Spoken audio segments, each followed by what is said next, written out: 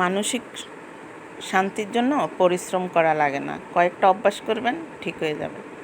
যেমন কানে কম শুনবেন, ঝামেলা দেখলে এড়িয়ে যাবেন, অনেক কিছু চোখে দেখলেও না দেখার ভান করবেন। কেউ যদি অপমান করে মুচকি হাসি দিয়ে চলে আসবেন। আর একটা কথা, মানুষকে খুব কম আপন ভাববেন, খুব কম। কিন্তু আপন ভাবলেও কখনো মনের গভীরে যে কথাগুলো লুকিয়ে আছে সেগুলো বলবেন না, তাহলেই মানসিক শান্তি খুঁজে পাবেন, আরামে আমার মতো ঘুমাতে পারবেন।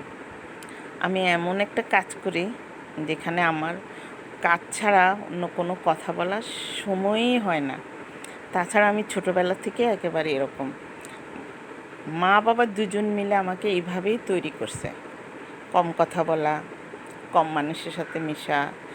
তবে একটা জিনিস গড গিফটেড, আমি মানুষ চিনতে পারি, কথা বললেও খুব ভালো চিনতে পারি, এবং সেটিংয়ের মধ্যে যখন ফেসবুকে চ্যাট করি কে কী বলতে চায়, কে প্রোডাক্ট নিবে কে নিবে না আমি বুঝতে পারি।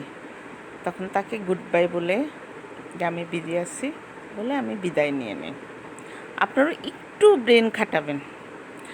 সৃষ্টির সেরা জীব মানুষ, সে মানুষ পারে না এমন কোনো কাজ নেই।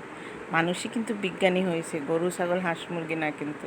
তা আমি আপনিও পারবো, চেষ্টা করেন আমার প্রিয় ভাই বোনেরা। কি আসেন মিষ্টি মুখ করে।